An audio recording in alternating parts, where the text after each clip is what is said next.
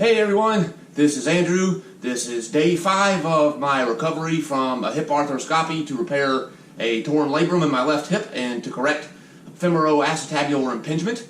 I am going to do this summary here just to talk about how I've progressed so far over the first 5 days and also go over my physical therapy protocol so that others of you who come along and watch this video diary can get some idea of the types of PT that you should expect to be doing in your first couple of weeks following this surgery. I actually feel really good today. My brother had been staying with me up through this morning. He went home earlier this afternoon. We think we've got the house pretty well set up to where I can survive, get what I need done without much assistance. I got other friends and family coming by on an as-needed basis, but otherwise I think I'm good to go. This will be my last day of taking Percocet. It's worked well as a painkiller. The pain is basically non-existent. As I said in previous videos, the first day, maybe two, I felt really sore in the left hip and the hip and gluteus area, like I'd done like the day or so after I'd done a really heavy leg workout. What it has been since then is tightness, and it tends to get tight as I sit still. If I'm laying in bed, wake up in the morning, it's really tight and stiff, and it takes some good work and movements to get loosened up. If I'm sitting over on the couch watching TV, using the ice machine or the compression machine, if I get back up after 45 minutes or so, it feels stiff and I have to loosen it. That's why we're doing the PT, the exercises that I've been given to keep the joint loose and to keep it from forming scar tissue. I haven't really had any kind of negative effects that other people have described from anesthesia, and not too many side effects from the drugs. Your mileage may vary, so I would strongly suggest to anyone who's considering the surgery to understand the possible side effects of anesthesia, and then understand what drugs you're going to be prescribed to manage the pain so that you can be aware of what the possible side effects are. I've heard reported from side effects from anesthesia medication, whatever is used to put you under. I have heard loss of appetite or nausea as common complaints. I really haven't experienced those. I've just been hungry and eating all the time. I woke up from the surgery feeling like I just had a good nap. And I have been on Percocet, again, today the last day. Now, there are quite a few possible side effects of Percocet, and they vary by person. A common side effect is constipation. I have experienced that to some degree. I've had a couple of bowel movements since Thursday, today being Tuesday. Again, that's unusual for me. I usually have a very smooth-acting digestive system. It's just taken a little work, not pain, maybe some mild discomfort. I expect that to subside as I wean off the drugs in the coming days. A rare side effect of Percocet that I can now say after last night that I have been experiencing is bizarre dreams. I usually don't remember my dreams. And I wrote off the first bizarre dream as just a coincidence. I've since had 3. 2 of them kind of disturbing and violent. Like nightmares. Woke up feeling a little uncomfortable about violent and frightening imagery that apparently had been brought about as a side effect of the drug. Last night I had a silly dream where I dreamed that I was the head of a bank robbing crew. We robbed a bank and were captured by the police and interrogated. Spun up a wonderful tale of how it wasn't us, fooled the cops, got released, and then proceeded to brag to every single person that we encountered throughout the dream about how we had robbed a bank and gotten away with it, to the point where everyone in town knew that we had robbed the bank, and there's like hot women in high heels and evening dresses walking by me on the street saying, "Hey man, here you robbed that bank, good job." Nonsensical. And when I woke up from the dream, I was trying to sell the getaway car to get rid of it. And the guy that I was selling the car to was asking me if I would be willing to knock some percentage off the asking price, since the car had, of course, been used in a bank robbery. Apparently, I'm no criminal mastermind. Drug-induced dream bank robber me is clearly not going to get away with many crimes. But take a look into what drugs you're going to be given. Understand what the side effects possibly are so that you can be ready to handle them. As far as physical therapy, there are lots of different protocols. Varies by doctor, varies by patient. I would definitely advise that you talk to your surgeon before the surgery.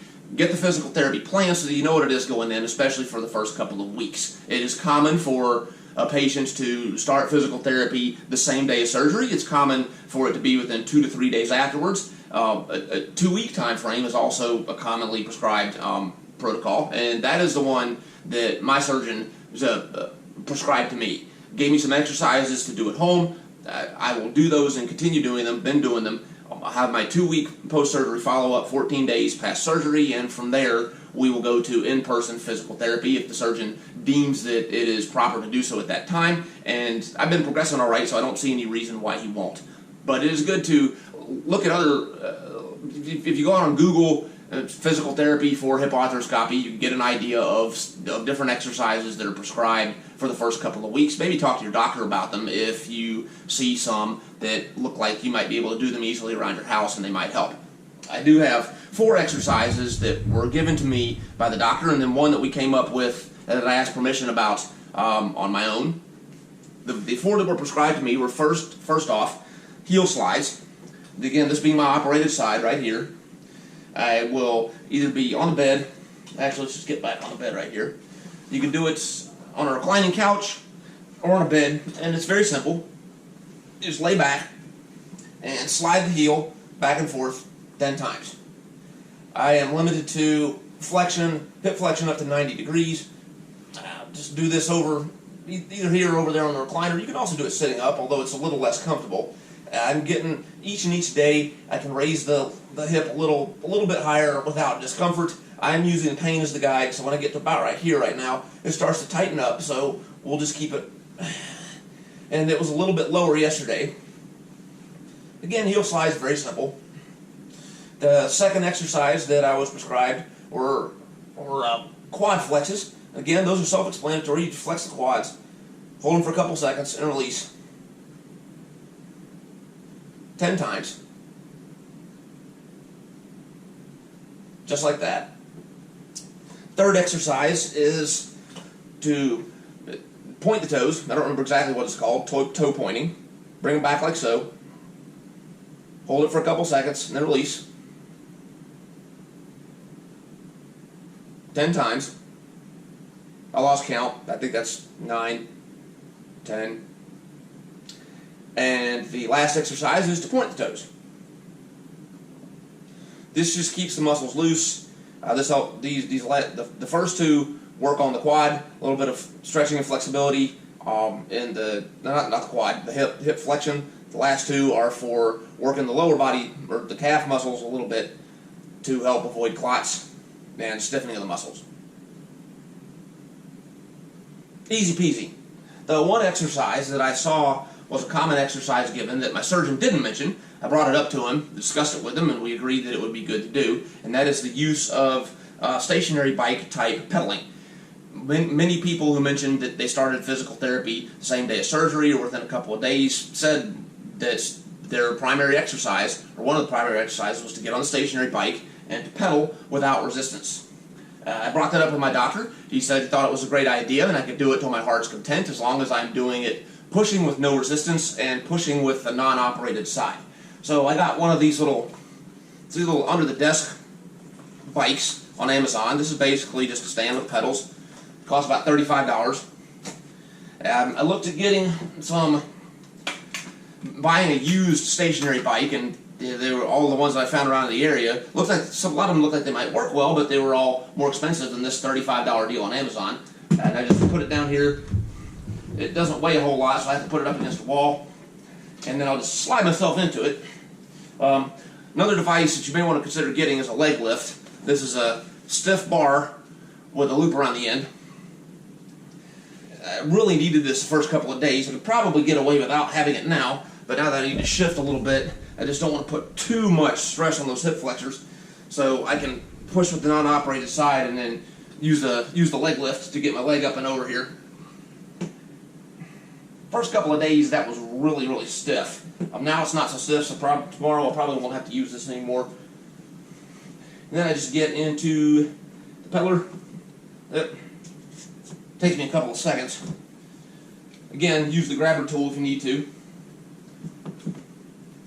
Position my feet in there, and I'm going to have myself leaning back against my hands, and I just push. Again, pushing with this leg not pushing with the operated side. And it just takes a couple of minutes. That works really, really well for getting that tight hip good and loosened up. I've been doing this probably 3 or 4 times a day, just 3 or 4 minutes at a time. Gets that hip nice and loose, and then I go back over, sit down on the couch, watch TV.